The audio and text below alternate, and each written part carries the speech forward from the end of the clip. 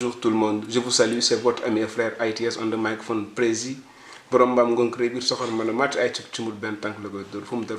Bienvenue sur votre chaîne, les 5 TV Espace TV. Aujourd'hui, c'est une émission leader. Nous sommes en compagnie avec M. Bounga Khamenteni. On ne le présente plus dans la commune de Fass, Colobane, Gueule Tapée. On ne le présente plus à Dakar, on ne le présente plus au Sénégal. Et même si diaspora, il se nomme Lassana Gagny Sakho, DG ONAS, borom mouvement ADAS. Monsieur Sakho, ñu ngi lay nuyu gannaaw ba nga nuyoo ñii di seetaan chaîne bi di les 5 TV Espace TV Fass Colobane Gueule Tapée ñu ngi lay nuyu ma bàyyi la nga nuyu askan wi ñu doog a dem ci débat bi ci suñu émission leader. Président de nuyu de la remercier aussi et de nuyu ce téléspectateur yi bi nga xamante ne lay seetaan maa ngi lay remercier encore une fois. Je pense que ñu mel ni yow la ñu soxla ci commune bi pas commune bi mais commune du Sénégal yëpp ñi nga xamee ne mën nañu jël tawatu commune yëpp tawatu askan wi en général la wax Sénégal di ko partager ak nit ñi mais surtout jàppale askan wi pour ñu xam kan mooy kan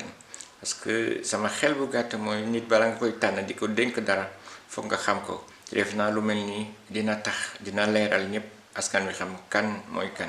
parce que nit boo koy dénk sa lu tubaab di wax destinée ci lu mat juróomi at wala lu ko ëpp war nga seet ko seetaat ko parce que defe naa li yàq dëkk bi tey mooy naxaate bu bare bi. D'accord merci li yàq dëkk bi tey mooy naxaate bu bare bi foofu dinañ ci ñëwaat tuuti mais en tant que tey monsieur Sakho ñu gën la xam ci waa Gueule Tapée tey jii ñu bari di wax naan monsieur Sakho xamuñu ko woon nekku fi woon et cetera est-ce que tey mën nga expliquer nit ñi bon ñu bari xamuñu sa jaar-jaar fan nga nekkoon ba tey jii ñu gis la nga ñëw vraiment taxaw nag pour jàppale président de la république loolu dinañ ci dikkaat mais est-ce que tey mën nga wax gars yi tuuti commune bi ñu xam monsieur Sakho mooy kan fan la bokk ci Gueule Tapée ak ñan ñooy ay waajuram s'il vous plaît. defe naa booy jàppale dëkk doon ni damay jàppale gox bi ak gox bi yàlla def na sama liggéey yépp bi ma ko commencé def ba léegi dama mës a taxawu ci jàppale Sénégal la boo xamee ni fépp nga mënta nekk te nga sonn mais foog ma dellu ci Gueule Tapée foofu la màggee foofu laa jàngee foofu laa defee lu bari bi ma nekkee xale sama papa ma doon Fodé Sakho yàlla na ko yàlla yërëm sama yaay mooy Aïssatou Sakho ñu diggoon rue 61 angle 62 foofu laa màggee foofu laa defee lu bari bi ma nekkee xale dëgg la Gueule Tapée laa nekkoon mais aussi maa ngi Colobane parce que famille Ismaïla Badiane Sakoura Badiane plutôt bi nga xamee ni moo sanc Colobane sama maam la maa ngi aussi Fass soofu la sama maam dëkk ku ñuy wax Khoudia Kouloukou Soumaré yaayam di Habib Paye donc ci commune bi fu nekk am naa fa boor wante loolu taxul ma ne ci commune bi rek lay liggéey parce que maa ngi liggéey pour jàppale président de la république maa ngi liggéey Hann maa ngi liggéey Wakam maa ngi liggéey Grand Yoff maa ngi liggéey Grand Dakar loolu moo tax bëgguma toujours ñuy wax commune bi rek sama liggéey dama ko ubbi fépp foo xam ne mën naa jàppale président ma jàppale ko fa leeral aussi la nañ lu am solo maa ngi commencé liggéey président 2012 mais maa ngi ànd ak moom depuis 2008-2009 balaa président di ma jël naa ma dama la dénk liggéey bi amoo woon benn militant lenn moo taxoon mu tànn ma mooy ci xalaatam bu gàtt sama pas-pas sama kàttan ak li nga xamee ne mën naa ko ci liggéey mën na ko jàppale ci nga xamee mooy plan bi mu jëmale ko ci kanam donc dama naan dama am nit ñi en général dañuy politique ba pare doog a am poste mais man dama am poste am teranga doog a commencé liggéey lan mooy am poste pour nit ñi am poste pour nit ñi mooy am fi nga xamee ni di nga amee xaalis bu bari moo tax ñuy remercier président mais man remercier ma ko parce que dafa am poste bu am xaalis dama ko remercier parce que poste bi ma jox mën na tax man mi ma jàppale nit ñi ci seen liggéey li ma njëkk a liggéey ci affaire ndox la defe naa pendant ñaari at yàlla defal na ma sutura ba nga xamee ne président li ma doon wut am na ko ci misaal lenn du jay sama bopp defe naa tey Sénégal amul kenn ku mën a wax ne ancien khalife général di Mouride yàlla na ko yàlla rëdd jox na ko félicitation jox ko diplôme li may wax diplôme ndax li mu jàppee ci liggéey bi loolu nag fépp fu dugg ci Sénégal ak dëkk yu sore boo waxee Lansana Gagny Sakho defe naa nit ñi dañu naan kii kat liggéeykat la defe naa loolu moo taxoon président teg ma foofu liggéey bi dox mu dénk ma leneen lu dul ñuy wax ONAS. d'accord ça c'est intéressant liggéeykat nga loolu moom kenn waranteetu ko parce que tey jii gis nañ ni bien vrai que commune bi nu nekk gis nañ ni yaa ngi fay jàppale ay nit tamit comme nee nga da nga koy defee ci commune yëpp te dégg nañ ci biti tamit comme quoi que ni di nga sax daan nga dem di jàppale ci lu demee nag ay ONG wala ay xale yoo xamante ni si dañu nekk dans le besoin daa nga fa dem di leen jàppale te booba kenn xamaguma la ci politique. c'est que comme nit ñi ñooy taamoo di waxee noonu il suffit que élection jub si bu ñu gisee nit ñu ni lii moo tax ak lii moo tax mais man li ëpp solo moom mooy kiy jàppale nit ñi te xoolu ci dara. te tey jii nii mën nañu wax ni loolu yaa ngi koy def ci commune bu ñu nekk. parce que tamit nit ki ci li nga xam rek ci nga mën a wax commune bu ñu nekk di Fass Colobane Gueule Tapée tey doo romb fenn mukk ñu ni la xam nañ ki di monsieur Lansana Gagny Sakho mooy DG bu ONAS mooy borom mouvement bi mais tey mouvement bi bëggoon naa ñëw ci mouvement ADAS. la moo tax nga jekk saa rek nekk ci président mu nekk sa xarit comme ni nga ko expliqué bu yàgg ngeen liggéey lu yàgg mu jox la ay ndombay tànk yu yàgg tey muy yóotuwaat deuxième mandat pourquoi demoo wu ci mouvance présidentielle bi noonu rek des ci APR mais nga créé sa mouvement bopp loolu aussi bëggoon naa si ay leeral lu waral mouvement bi. waaw lu waral mouvement bi ñaari yëf li ko waral dëgg mooy tey élection présidentielle yi mais mouvement bi passé na élection présidentielle fan la ñu jëm feneen lan moo tax mouvement bi am na APR am na Benno Bokk Yaakaar am na majorité présidentielle élargie ñu bëri te ñooñu gën a bëri dañu ne dañu bëgg jàppale président mais gis ñu seen bopp ci APR gis ñu seen bopp ci Benno Bokk Yaakaar nit ku nekk fu la neex nga tànn kenn warul la imposer boo xoolee ñuy voté ak ñiy milité boo leen méngoo defe naa ñi nga xam ne dañuy voté te bokkuñu ci parti politique ñoo gën a bëri loolu moo tax man ni damay ubbeeku laa wax pour mouvement bi dañu dugg ci mouvement bi ay lan la ay yeneen mouvement la ci suuf ñoo xam ne ñëpp dañ ne nañu jàppale président benn étape et puis xool fan lañu jëm suba loolu moo tax ñu teg suñu mouvement à côté mouvement bi du lu loo xam ne démb la ça fait plus de 6 mois non plus d'une année man maa ngi liggéey personnellement man ci sa bopp ak ñeneen nit ci suuf doon pare lii di ñëw mais di pare li am tamit ëllëg mooy lan defe naa am na loo xam ne wax na fi jóge mooy nit dama bëgg jot dara rek damay naan xaalis lay jiital defe naa xale yi dañu war a jiital te pour nga jiital xale foog nga jàngal ko lu am solo mooy dignité foog nga jàngal ko lu am solo mooy nit kenn du ko jënd foog nga jàngal ko lu am solo mooy affaire xaalis rek permettre lépp di sotti beneen bi mooy xale foog ñu boole leen si ñun donc loolu moo ñu yëkkati ADAS am nañu Gueule Tapée xëy na nekkul mouvement mais démb boo demee Fass nga dem Hann nga dem Grand Yoff nga dem Grand Dakar ADAS ay mouvement la yoo xam ne dañu autonome ku nekk da ngay garder sa ligne de conduite ñu bëgg ànd ñun nekk benn ça fait que suba bu ñu génnee ci élection présidentielle leneen li ñëw ñu mun taxaw ñun kat lii mooy suñu baat lii mooy suñu gis-gisu Sénégal fan la war a jëm ëllëg parce que boo ko deful rek ñi ñooy wax sa place def naa loolu moo ñu yëkkati. et puis effectivement parce que foofu noonu donc dinañ fa marquer une petite pause. parce que pourquoi nit ñi xalaat ni mouvement bi dafa jóg uniquement pour soutenir son excellence monsieur Macky Sall c'est parce que peut-être ki ko créé koo xamante ni si ci kuy liggéey ci région am la xaritam la ñu bokk liggéey donc automatiquement nit ñi bu mouvement bi jugee rek ñoom seen xel loolu lay jàpp dañ naan pourquoi mouvement bi doog a lancé wu à cette heure-ci tamit loolu tamit je pense que yaa ma gën a xam comme tey sa dikkaat ci Gueule Tapée du mel sax jóge woon nga fi ci Fass Colobane Gueule Tapée ñu bari loolu la ñuy wax donc il a attendu peut-être le bon moment boo xamante ni si dina mën a cueillir ay voix yoo xam ne dina ko mën a jox son excellence monsieur Macky Sall moo tax mu ñëw instant yi nii loolu tamit nit ñi war nañ xam le pourquoi nit ñi bari gisuñu la woon ba période bii ngay doog a ñëwaat. voilà li may wax rek gisuñu la woon pour jàppale askan xëy na noonu lañ ko gisee musuma dindi sama loxo ci dimbali askan. encore une fois li may wax man sama liggéey fépp fu Sénégalais nekk mën naa ko jàpp. sànq wax naa la ça fait plus de 10 ans su ma juumul maa ngi liggéey par exemple ak Empire des Enfants. am na yeneen mouvement xëy na mouvement yu nekkul Gueule Tapée la lan moo tax ma jóg léegi loo gis dafay am timing dafay am xalaat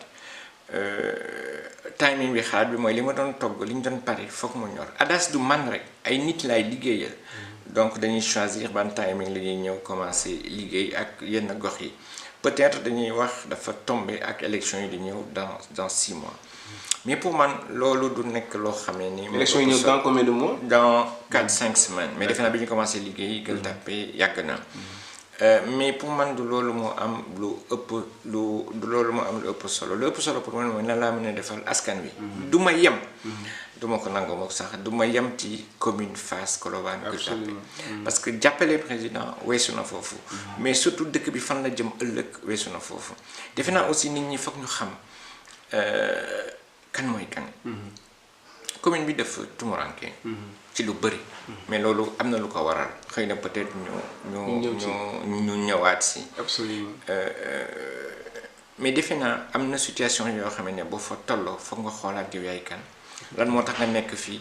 ak naka lañu mënee faj góom bi. d'accord donc commune bi mënoon naa def. effectivement comme ñëpp toog sama kër di naan sama café fii nga ma fekk fii. absolument ni sama yoon nekku ci. mais li may def Fass Colobane Gueule Tapée ak sama mën-mën. am na loo xam ne dima ko def moom mooy lu ma mënul. mais loolu lay def Ouakam fii ma dëkk nii. loolu lay def Hann. loolu lay def fépp foo xamee ni mën naa fa jàppale askan. donc du ma nekk ci liggéeyu ma de façon sectorielle. loolu mu def mooy fépp Sénégalais nekk te man ma mën ko jàppale ak sama am-am ak sama kattan loolu fokk mu leer ak sama kattan dinaa ko def. d'accord bon loolu moom mooy li ma la expliquer sànq rek peut-être nit ñi rafetlu nañ loolu juste que peut-être xëy na yéex a gis bi la wala dara mais lu baax la te Lucky Dubé daana wax naan good things come to those who go out and make them happen they never come to those who wait. lu baax mi ngi jëm ci ki jóg pour dem sàkku jóge wuti ko mais du ñëw mukk ci ki xaar. te ñu seetlu ni tey commune bi ña fa nekk dafa mel ne dañuy xaar commune bi lii am na ay sooxantal yu bari. donc yow ne nga fa nga màggee fa nga ban changement nga fa gis mais pourquoi commune bi tout le temps nit ñi naan Fass Colobane Gueule Tapée dafay deltu ginnaaw dafay mujj ginnaaw c'est parce que loxo yi ko yor moom mënul wala déficit bi fan la nekk. dafa am ñaari yëf loo xamee ne war nañu ci wax commune c'est une gestion locale ak loo xamee ne nguur bi moo ko war a def. am na ñaari yëf nguur gi li mu war a def pour mu def ko ci commune bi fokk mu am ay xale yi nga xamee ni ci commune bi la ñu bokk te nekk fi ñuy jëlee décision yi. loolu nañ mën a influer jàpp ci mais tant que amuloo koo xamee yaa ngi ci commune bi mën na ne bu ñuy séddoo ni man kat fii laa bokk dañ leen di fàtte wala bu leen jox lu tuuti lay doon ça c'est le premier point. le deuxième point il y a la gestion locale. gis nga nit booy xëcc dara dafa laaj nga mën ko xam ko critiqué wu ma kenn ku yor ko ñi ko yor tey wala ñi ko yoroon démb mais ku nekk day jóg ne dama bëgg nekk maire ku nekk ku mu neex sa am nga sañ-sañ mais am na loo xam ne boo ko jàngul doo ko tari mooy comme élection présidentielle yi ku nekk jóg na ne maay nekk président. te mënoo am sax parrainage bu bari. ok du affaire parrainage am capacité. defe naa affaire maire boo ko nit bu koy jël foog nga am capacité bi waxuma kenn mënul. mais lu wóor mooy tey commune yi ni muy doxee ak soxla yi mu laaj ak askan wi difficulté yu ñu yem. ku ko mën a jël dama koy yor foog nga am capacité bi mooy lan mooy nga xam d'abord la gestion communale du affaire jël xaalis di ko séddale. mais nga xam commune bi fii la nekk tey. suba fii laa ko bëgg a yóbbu te du yow rek yaa ko mën def loolu dafa laaj nga toog ak askan wi quartier bu nekk ngeen def un plan de développement communal mu nekk loo xam ne nga ci déggoo ngeen déggoo ci kàddu aussi ne fii la commune bi nekk fii laa ko bëgg a yemale fii ak fii ngeen teg lu leer nga déggoo ak askan wi comme ça suba ñu mën la évaluer mais du ay wax rek te loolu encore une fois du affaire am naa xaalis du affaire am naa position du affaire xam naa nit ñi ci commune bi affaire xam-xam la affaire mën liggéey jugé wu ma kenn loolu sax yëkkatiwu ma mais nit ñi booy dénk sa destinée booy dénk fi nga jëm ci juróomi at foog nga def loolu moo tax man ci sama xel bu gàtt dañu war a passer affaire liste électorale dañu war a passer affaire liste communale ci sama xel bu gàtt képp ku bëgg commune bi da nga war a toog ak askan wi ngeen d'accord nga dig leen loo xamee ni dañ koy bind at bi dinaa def lii at bi dinaa def lii at bi dinaa def lii loolu bu ñu ko deful rek duñ ci génn te yore commune du tabaski bu nekk nga joxe ay aide du événement bu nekk nga dem ci ay jàng joxe ay suukar du loolu moo yore commune parce que loolu du indi développement commune defe naa dafa weesu na loolu mais loolu nit pour mën ko def dafa am leen looy àndal gis naa yenn commune yu ñuy wax boo jëlee commune Hann ils ont beaucoup d'entreprises mais xam nga lan mooy seen doole. seen doole c'est la coopération décentralisée li ñuy wax coopération décentralisée mooy nag ngay jàppante ak ñi nga xam ne dañ nekk bitim réew yenn communes yi nekk ci biti ñu jàppale ci liggéey bi nekk sa commune. Hann ils le font très bien je connais beaucoup d'autres communes ñu koy def. parce que recette communale du doy. c'est pas possible pour nga régler problème yëpp parce que aussi xëy na compétence yi ñu am dans les communes. aussi du doy defe naa loolu la ñu war a jël teg ko mais à la base ce qu'ils font dans une commune comme suñu dëkk yi c'est une transparence une transparence dans la gestion des recettes communales aujourd'hui tey rien n'empêcherait qu'au niveau de la commune qu'on ait un système informatisé c'est possible qui permette de xam ñaata mooy dugg ci commune bés bu nekk ak fan la jëm bu dee waa gox bi dañu ne xaalisu commune bi dañ ko wax séddale jox ko passage jox ko nit ñi ci ay aide ñu d'accord ne dañ koy joxe nit ñi ci ay aide mais ñu d'accord aussi que commune bi mënul jëm kanam dara mënu fa développer wu am na leen loo xamee ni aussi commune mën na ko régler mooy avoir de bonnes relations c'est-à-dire jàppante bu rafet ak tout lépp nga xam ne dafay tourner ci biir commune bi mën na nekk waa terreau bi mën na nekk ay entreprises yi fay liggéey comme ça nga ne leen subakat man dama bëgg ngay jël sama xale yi en priorité parce que suñu commune yëpp duñ Gueule Tapée Fass Colobane dañu war a bàyyi di singulariser wu difficulté bi mooy liggéeyu xale yi mooy jàppale jigéen ñi am des financements te loolu defe naa am na démarche structurante boo xam ne boo ko amee dina tax commune bi jëm kanam suba. d'accord mais ci biir loolu démarche boobu noonu jàppale jigéen ñi et cetera il paraît que am na benn calebasse boo xamante ne si bon ñu ngi koy préparer ci sa tour bon maa ngi koy dégg est-ce que c'est vrai foofu d'abord maa ngi fi ñëw. waaw du préparer calebasse ci sama tour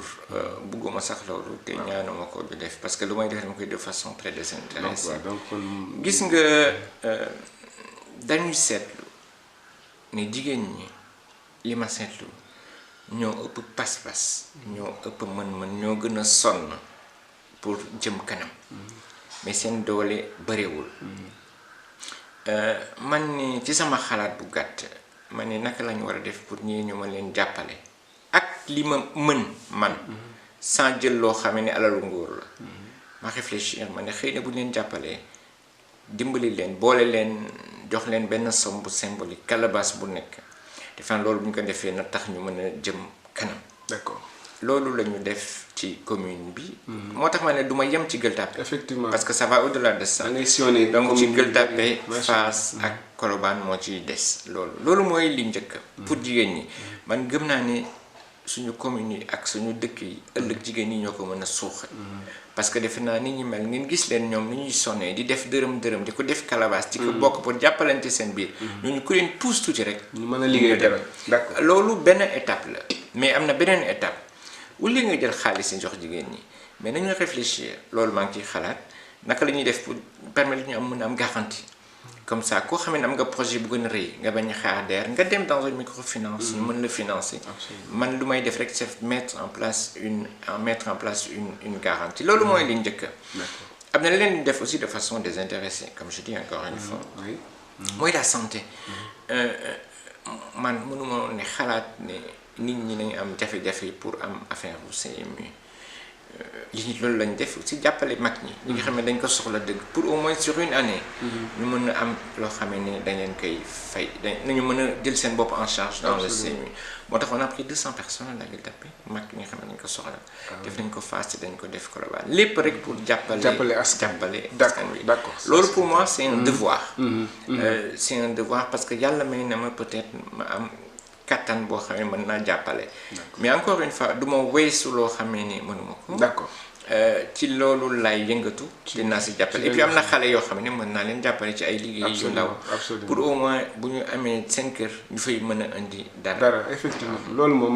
moom je peux témoigner ça parce que gis naa ko dund naa ko am na ñoo xamante ni si gis naa leen ñu témoigner loolu ci yow donc ma leen fàttali nii ñi ngi ànd ak son DG Lassana Gagny Sakho mooy directeur ONAS borom mouvement ADAS suñu émission mi ngi bëgg a jeex ku xam Lassana Gagny Sakho yëngu na ci social expliqué na ko wax na ci yoo xamante ni si sax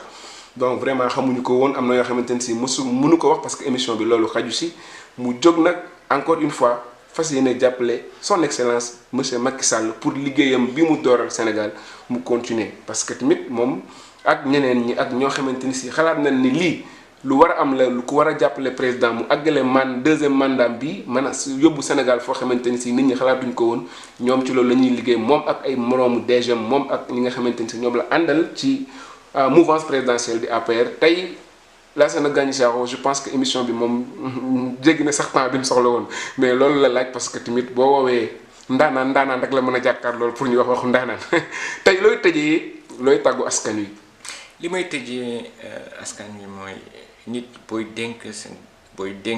dénkaane si juróomi at na nga seetaat dañuy dem élection présidentielle